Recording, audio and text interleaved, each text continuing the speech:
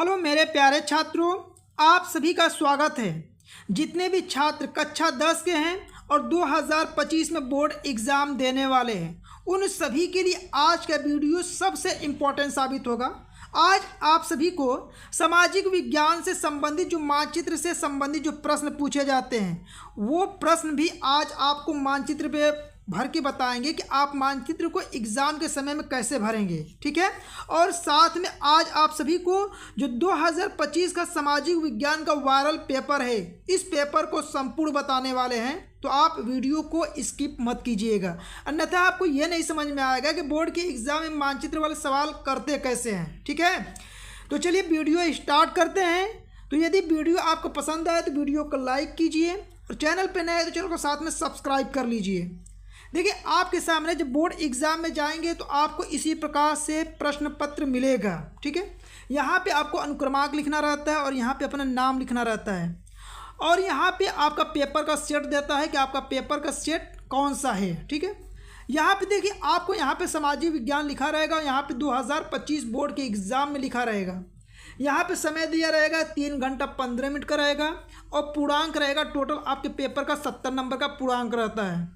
यहाँ पे नोट देखिए आपका क्या दिया है कि नोट में यह है कि प्रारंभ के जो 15 मिनट होता है परीक्षार्थियों को प्रश्न पत्र पढ़ने के लिए निर्धारित किया गया है। तो देखिए यहाँ 3 घंटा 15 मिनट लिखा है ना, तो 15 मिनट तक आप इस प्रश्न को पढ़ने के लिए समय दिया जाएगा। आप ध्यान से प्रश्न पत्र को पढ़ सकते हैं, और 3 घंटा जो होता है आपको पूरे प्रश्न को हल करने के लिए समय दिया जाएगा।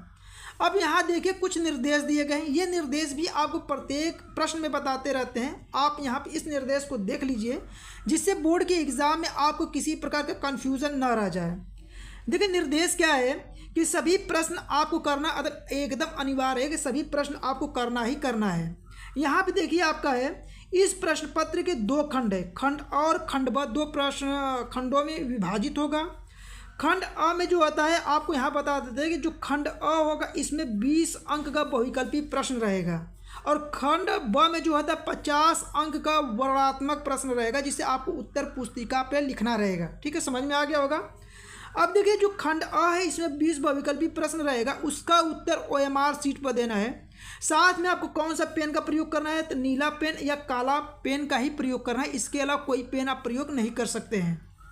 अब यहाँ देखिए कि जब आप OMR शीट पर भरेंगे तो OMR शीट यदि आप भर देते हैं तो उस पर क्या होता है कि एक बार OMR शीट भरने के बाद आपको उसे काटना नहीं है, न इरेजर न वाइट, इन सब का कदापि प्रयोग नहीं करना रहता है। साथ में देखिए प्रश्न के अंक उसके सम्मुख अंकित हैं। खंड पर देखिए अभी आपको बताया कि 50 अंक का वर्णनात्मक प्रश्न रहेगा, जिसे आपको उत्तर पुस्तिका पर लिखना रहता है, जिसे आप लघु उत्तरी दीर्घ उत्तरी प्रश्न कहते हैं। यहाँ पे देखिए वर्णनात्मक जो पहला है, वर्णनात्मक सेकंड, 2 वर्णनात्मक प्रश्न रहेंगे, और साथ में आपको मानचित्र से संबंधित प्रश्न रहेगा। ये 10 नंबर का रहता है। आपको एकदम मानचित्र पे प्रश्नों को भर के बताएंगे, आप 1 सेकंड के लिए भी वीडियो स्किप मत कीजिएगा। अब देखिए इसके आगे कोई इंपॉर्टेंट ऐसा निर्देश नहीं होता आपके समझने के लिए, जितना इंपॉर्टेंट निर्देश था आपको समझा दिए हैं। चलिए प्रश्न को हल करते हैं। देखिए आपके सामने खंड अ है, जिसमें बहुविकल्पी प्रश्न आपको कराने वाले हैं। तो पहले 20 अंक का बहुविकल्पी प्रश्न कराएंगे, फिर आपके लॉन्ग क्वेश्चन बताएंगे, फिर इसके बाद मानचित्र वाले सवालों को आपको कराएंगे। ठीक है, तो देखिए यहाँ निर्देश दिया है, वही दिया है जो आपको बता चुके हैं कि OMR शीट पर उत्तर देना है। अब यहाँ पे देखिए आपके प्रश्न स्टार्ट होते हैं। देखिए यहाँ पे पहला प्रश्न, फ्रांस की क्रांति हुई थी। सबसे इम्पोर्टेंट प्रश्न है आपके बोर्ड के एग्जाम के लिए, बहुत ज़्यादा ये प्रश्न पूछता है। फ्रांस की क्रांति हुई थी। अब ऑप्शन को आप ध्यान से पढ़ के ही उत्तर दीजिएगा। 1788, 1789, 1790 और 1787। तो देखिए आप सभी को याद होगा कि जो फ्रांस की क्रांति हुई थी कब हुआ था, 1789 ईस्वी में हुआ था। तो इस प्रश्न का सही जवाब बी वाला ऑप्शन सही हो जाएगा। और OMR शीट रहेगा, उस पर आप इस तरह OMR शीट दिया रहता है। OMR शीट में 4 ऑप्शन, यहाँ पे A B C D लिखा रहेगा। तो जैसे बी वाला ऑप्शन सही है तो बी वाला ऑप्शन को आप क्या कर दीजिएगा, इस तरह भर दीजिएगा। इसी प्रकार से आपको OMR शीट सभी प्रश्नों को करना रहता है। समझ में आ गया होगा ना। तो चलिए अगले प्रश्न को देखते हैं। अगला देखिए दूसरा नंबर का प्रश्न है कि आनंद मठ उपन्यास के लेखक कौन थे, यानी आनंद मठ किसके द्वारा लिखा गया था। ऑप्शन है बंकिम चंद्र चटर्जी जी के द्वारा, रविन्द्रनाथ टैगोर के द्वारा, शरत चंद्र चटर्जी या सुभाष चंद्र बोस? तो ये जो आनंद मठ है किसके द्वारा लिखा गया था? बंकिम चंद्र चटर्जी के द्वारा लिखा गया था। अगला प्रश्न यहाँ पे देखिए आप, विश्व स्वास्थ्य संगठन जिसे WTO कहते हैं की स्थापना किस वर्ष हुई थी? ठीक है, यहाँ पे ऑप्शन है 1991 में हुआ था, 1994 में, 1992 या 1995। यहाँ पे देखिए विश्व व्यापार संगठन की स्थापना जो हुआ था 1995 ईस्वी में हुआ था। तो इस प्रश्न का सही जवाब डी वाला ऑप्शन सही है।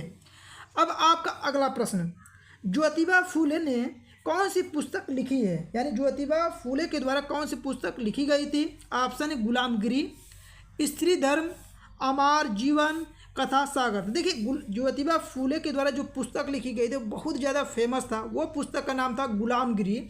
तो इस प्रश्न का सही जवाब ए वाला ऑप्शन सही हो जाएगा।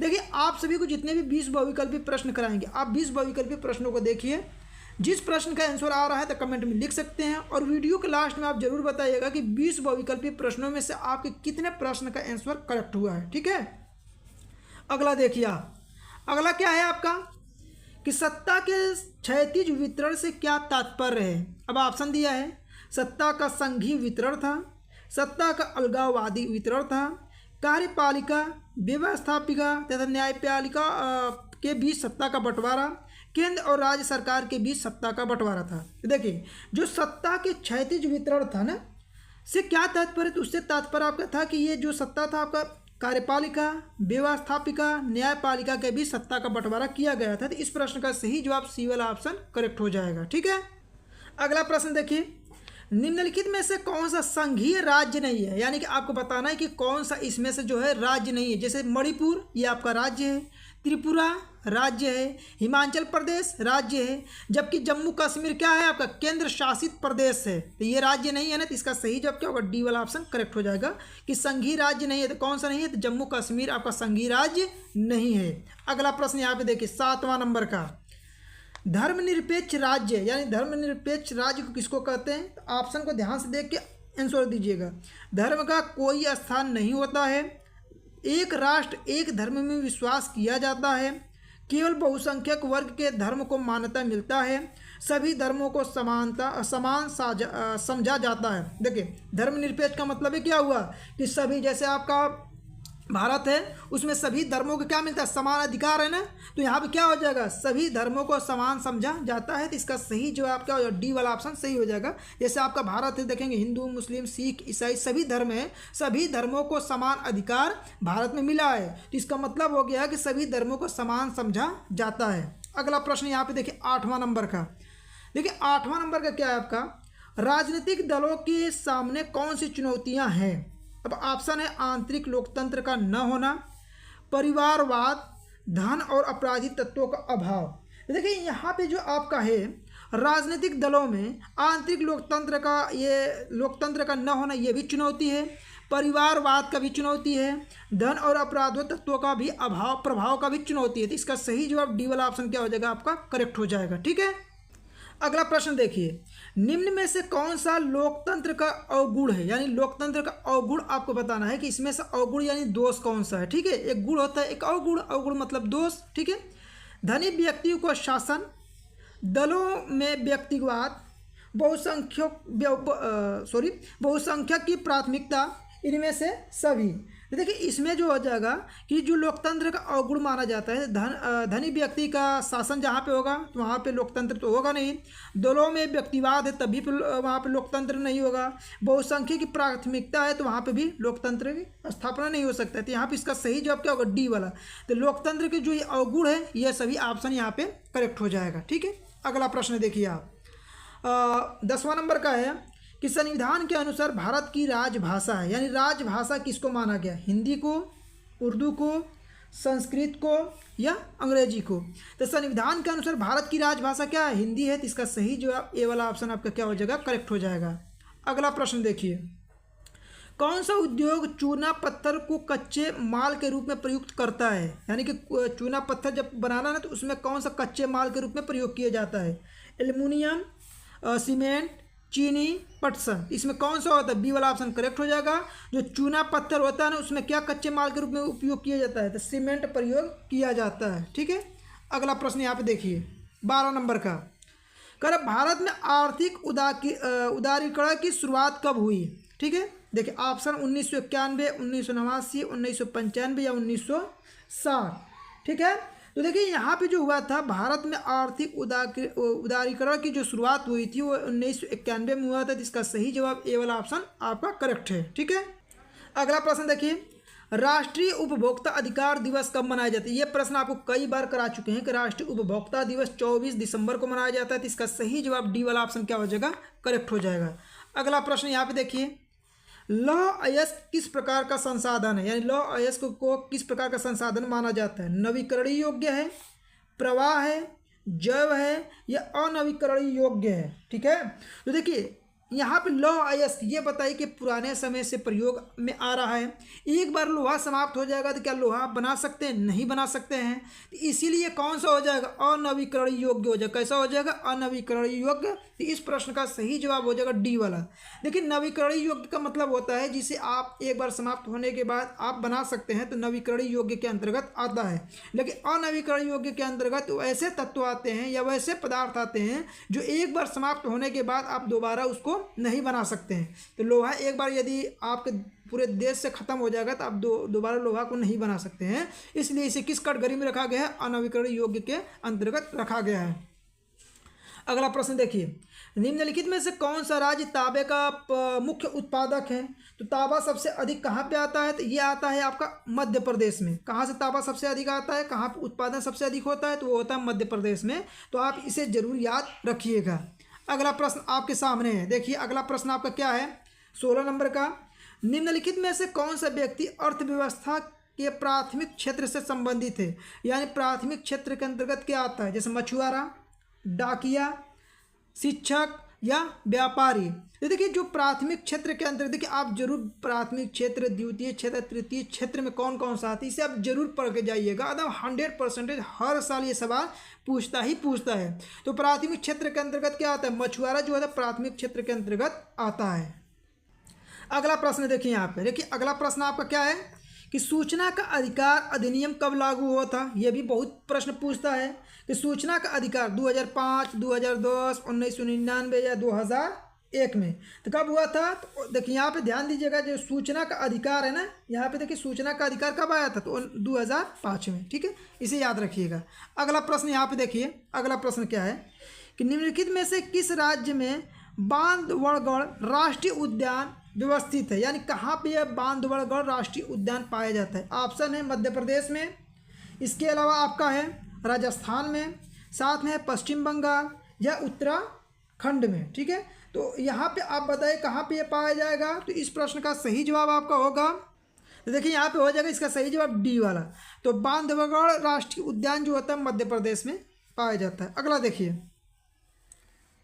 कपास की खेती के लिए निम्नलिखित में कौन सी मिट्टी उपयुक्त थी? ये सबसे ज़्यादा फेमस क्वेश्चन, काली मिट्टी। ये तो याद होगा, इसके बारे में कोई बताने की उतनी आवश्यकता नहीं है। अगला प्रश्न बहुविकल्पी का लास्ट प्रश्न है, निम्नलिखित में से किस वर्ष में बांग्लादेश ग्रामीण बैंक की शुरुआत हुई थी? किस वर्ष में बांग्लादेश में ग्रामीण बैंक की शुरुआत हुई थी? 1970, 1969, 1979, 1967। ये हुआ था आपका 1970 ईस्वी में। तो बांग्लादेश ग्रामीण बैंक की जो शुरुआत हुआ था 1970 ईस्वी में हुआ था। तो देखिए आपके 20 बहुविकल्पी प्रश्न कराए हैं। आप कमेंट में ये लिखिए कि 20 बहुविकल्पी प्रश्नों में से कितने प्रश्न आपके सही हुए। ठीक है, अब चलिए अगले प्रश्नों को देखते हैं। देखिए आपके सामने खंड ब है, ये वर्णात्मक फर्स्ट है। अब यहाँ पे देखिए आप सभी को बता देते हैं कि यहाँ पे जितने भी दीर्घ उत्तरी प्रश्न आपके पेपर में आ सकते हैं उन सभी प्रश्नों को केवल बताएंगे। इसके बाद जो मानचित्र से संबंधित, इसके बाद जो बताने वाले मानचित्र से संबंधित जो प्रश्न आने वाले हैं आपको मानचित्र यहाँ भर के बताएंगे। तो यहाँ पे जितने भी प्रश्न आपको बताने वाले हैं सभी प्रश्नों को आप एकदम तैयार करके बोर्ड के एग्जाम में जाइएगा। देखिए क्या है, निम्न प्रश्नों के उत्तर प्रत्येक लगभग 80 शब्दों में देना है। ये प्रत्येक प्रश्न जितने बताएंगे टोटल 4-4 नंबर का रहने वाला है ना। देखिए पहला प्रश्न, उन महत्वपूर्ण कारकों का उल्लेख कीजिए जिनके कारण यूरोप में राष्ट्रवाद का उदय हुआ। इस प्रश्न को एकदम तैयार कीजिए। अथवा में देखिए असहयोग आंदोलन के प्रमुख कारण क्या थे? असहयोग आंदोलन हुआ, सविनय अवज्ञा आंदोलन हुआ, ठीक है, भारत छोड़ो आंदोलन हुआ। इसको एकदम तैयार कर लीजिए। ठीक है, अब अगला प्रश्न देखिए, जितना प्रश्न बताएंगे इन प्रश्नों को नोट करके इन प्रश्नों को एकदम याद कीजिए और मानचित्र से संबंधित जो प्रश्न बताएंगे उसको तो आप जरूर याद रखिए। संघवाद का अर्थ बताना है आपको, क्या होता है, गठबंधन सरकार से आप क्या समझते हैं, ठीक है। ये सभी प्रश्न आपके पेपर में आने की संभावना है। अगला देखिए, विदेशी व्यापार से आप क्या समझते हैं, भारत के विदेशी व्यापार की किन्हीं दो विशेषताओं का उल्लेख कीजिए, बताइए। अथवा में आर्थिक गतिविधियों से आप क्या समझते हैं, आर्थिक गतिविधियों का वर्गीकरण कीजिए। ये जितने भी प्रश्न हैं सभी 4-4 नंबर के बोर्ड के एग्जाम में आएंगे, ठीक है। अगला प्रश्न देखिए, प्रौद्योगिकी और आर्थिक विकास के कारण संसाधनों का अति उपभोग कैसे हुआ है, 4 नंबर के प्रश्न है। इसके अलावा अथवा में दिया है कि भारत में सड़क परिवहन के सापेक्षिक लाभों की विवेचना कीजिए। टोटल 4-4 नंबर का था। अब देखिए वर्णात्मक सेकंड है, वर्णात्मक सेकंड में कैसे प्रश्न आपके बोर्ड के एग्जाम में आएंगे, और ये सभी प्रश्न आपके 6 नंबर का रहता है। यहाँ पे देखिए प्रश्नों का जो उत्तर देना रहेगा कितने शब्दों में देना है, 150 शब्दों में देना है। अब यहाँ पे जितने प्रश्न आपको बताने वाले इन सभी प्रश्नों को एकदम नोट करके याद करिए। देखिए अगला क्या है, फ्रांस की क्रांति के क्या कारण थे, अथवा में विश्व की अर्थव्यवस्था के विकास में तकनीकी का योगदान है, उदाहरण सहित आपको लिखना है। अगला प्रश्न देखिए, भारतीय संघ में केंद्र राज्य संबंधों का वर्णन कीजिए, अथवा जातिवाद क्या है, भारतीय लोकतंत्र में इसकी क्या भूमिका। ये जितने प्रश्न एकदम वायरल प्रश्न है, तो सभी प्रश्नों को आप बार बार करें, इन सभी प्रश्नों के एकदम याद करके ही जाइएगा बोर्ड के एग्जाम में। आपका एक भी प्रश्न जो प्रश्न पत्र बताते हैं इनमें से एक भी प्रश्न आपके बाहर जाने वाले नहीं हैं। अगला देखिए, बहुराष्ट्रीय कंपनियों में विभिन्न देशों के उत्पादन प्रक्रिया को एक दूसरे से जोड़ती है, इस कथन के स्पष्ट कीजिए। यह अथवा में दिया है, भारतीय अर्थव्यवस्था में अधिक रोजगार विकसित करने के साधनों को स्पष्ट कीजिए। टोटल 6-6 नंबर के सभी प्रश्न आपके रहते हैं।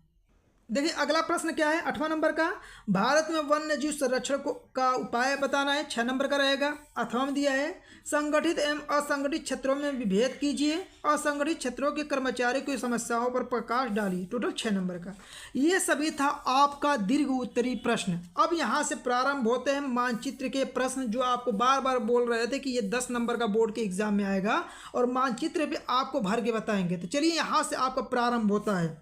अब देखिए आपके सामने प्रारंभ होता है 9A, और यहाँ पे जितने भी प्रश्न बताएंगे इन प्रश्नों को एकदम तैयार करके ही बोर्ड के एग्जाम में जाइएगा। यहाँ पे देखिए कि निर्देश दिया है, प्रश्न पत्र संख्या 9A और 9B मानचित्र से संबंधित है। 9A है कि निम्नलिखित स्थानों को भारत के दिए गए रेखा मानचित्र इस चिन्ह द्वारा नाम सहित दर्शाइए।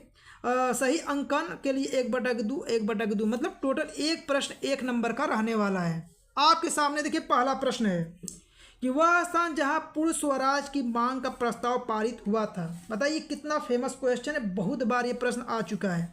ये कौन सा, देखिए आप पहले इसका आंसर देख लीजिए, फिर आपको मानचित्र पे भर के बताएंगे। वह स्थान जहाँ पूर्ण स्वराज की मांग का प्रस्तावना कहाँ पे हुआ था, ये हुआ था लाहौर में, जो इस समय कहाँ पे है, पाकिस्तान में है। ठीक है, तो इसका सही जवाब क्या लिखना है आपको, लाहौर।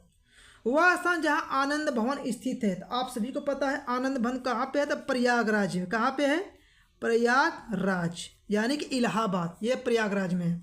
अगला देखिए कि वह स्थान जहाँ 1927 में कांग्रेस का अधिवेशन हुआ था, तो कांग्रेस का अधिवेशन 1927 में कहाँ पे हुआ था, तो ये हुआ था आपका मद्रास में। कहाँ पे हुआ था, मद्रास में।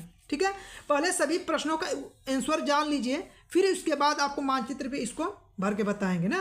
पहले देखिए, वह स्थान जहाँ सर्वप्रथम नमक कानून तोड़ा गया था, कहाँ पे बनाया गया था नमक, वह बनाया गया था डांडी। ठीक है, डांडी में। इस तरह प्रश्न का उत्तर। अगला देखिए, वह जनपद जहाँ चौरी चौरा कांड हुआ था, तो आप सभी को पता है कहाँ पे हुआ था, गोरखपुर में। ठीक है, इस तरह आप लिखेंगे। लिखने के बाद अब देखिए आपको मानचित्र पे भर के बताते हैं। ये सामने है आपके मानचित्र। अब देखिए मानचित्र आप भरेंगे कैसे। देखिए आपका पहला प्रश्न का, वह स्थान जहाँ पूर्ण स्वराज की मांग का प्रस्तावित पारित हुआ था, कहाँ पे, लाहौर। अब देखिए लाहौर है कहाँ पे, आप भरेंगे कैसे। ये मानचित्र है, ये आपका पूरा भारत है, और ये होता है आपका पाकिस्तान है। तो यहाँ पे पड़ेगा आपका लाहौर। कहाँ पे पड़ेगा, लाहौर। और यहाँ पे देखिए लिखना तो है, ठीक है, आपको देखिए इस चिन्ह के द्वारा दिखाना, ये बताया भी है। और देखिए आप इतना लिखेंगे तो आपको देखिए लिख के बस यही छोड़ नहीं देना। आपको देखिए ये पहले का यानी कि 9A का पहले का जवाब क्या हो जाएगा, लाहौर। इस तरह पूरा डिटेल में लिखना, नहीं लिखेंगे तो नंबर कट जाएगा। ठीक है, तो इस चीज़ को आप ध्यान जरूर रखिएगा। तो आपको पूरा डिटेल में इस तरह लिखना है। ठीक है, अगला प्रश्न देखिए, वह स्थान जहाँ आनंद भवन स्थित है कहाँ पे, प्रयागराज में। और देखिए किस चिन्ह के द्वारा, इसी चिन्ह के द्वारा दिखाना है ना, ये ध्यान दीजिएगा।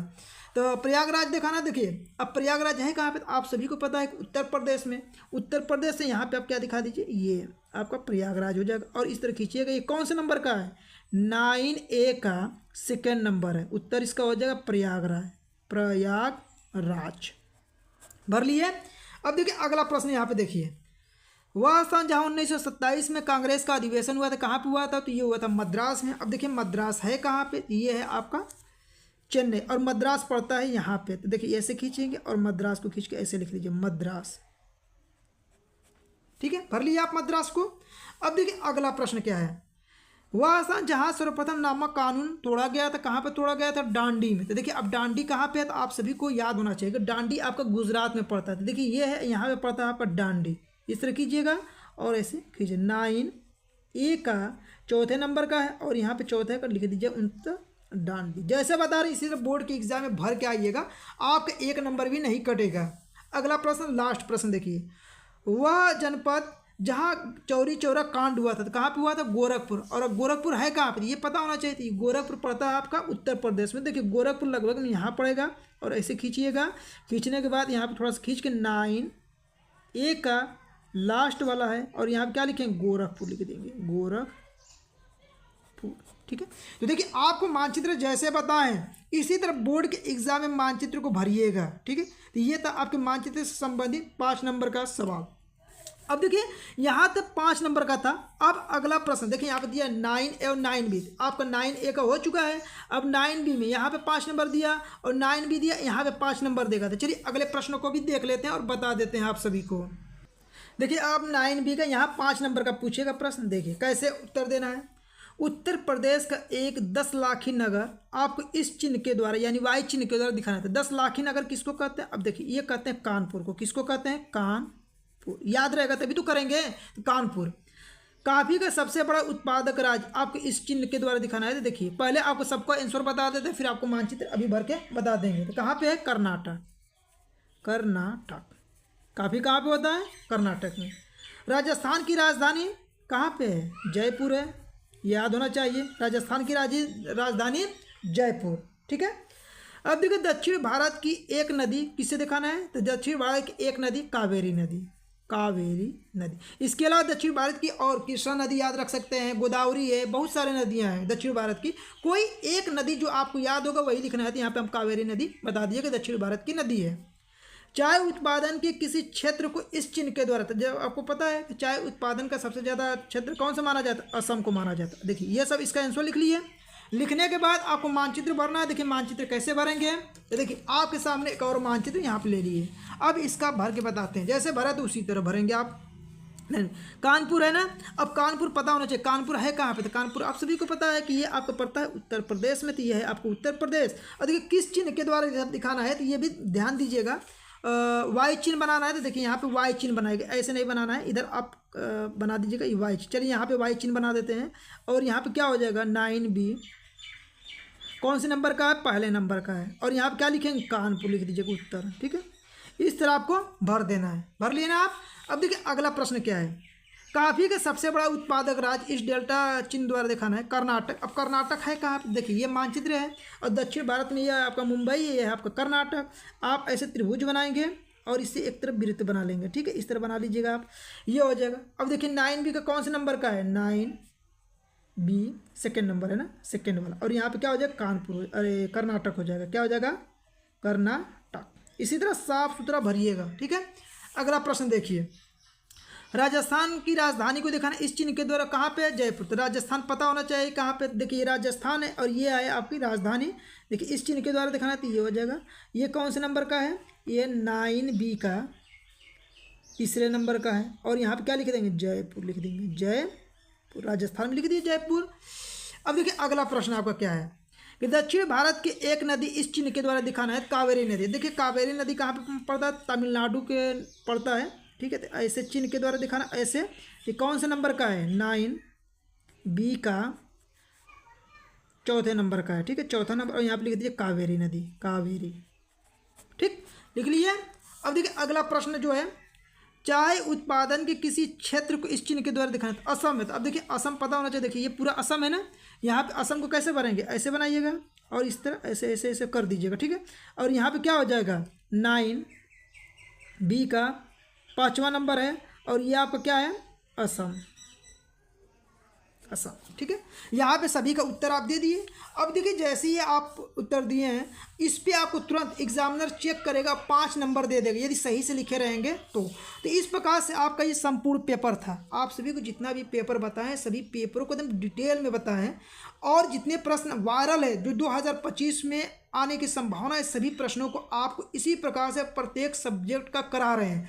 जितना पेपर करा रहे हैं मात्र इतने पेपरों को आप अच्छे से तैयार कर लेते हैं तो बोर्ड के एग्जाम में गारंटी देते हैं कि आपको 90% से अधिक नंबर ला सकते हैं। लेकिन पूरा पेपर जितना बता रहे हैं सभी पेपर आपका एकदम तैयार होना चाहिए, ठीक है। इसलिए कि आपके जो बोर्ड के एग्ज़ाम है ये जो पेपर आपको कराया जाता है ना इसी पेपरों में से ही पूछा जाता है। आप देख लीजिएगा जब बोर्ड के एग्ज़ाम दे के आएंगे जितना प्रश्न कराए रहेंगे वही मिला के देख लीजिए, सभी प्रश्न आपके ये जो पेपर कराए रहेंगे इसी में से मिलेगा। तो वीडियो आपको पसंद आए तो वीडियो को लाइक करें, चैनल पर नए हैं तो चैनल को सब्सक्राइब कर लें और अपने दोस्तों के पास अधिक से अधिक वीडियो को शेयर करें।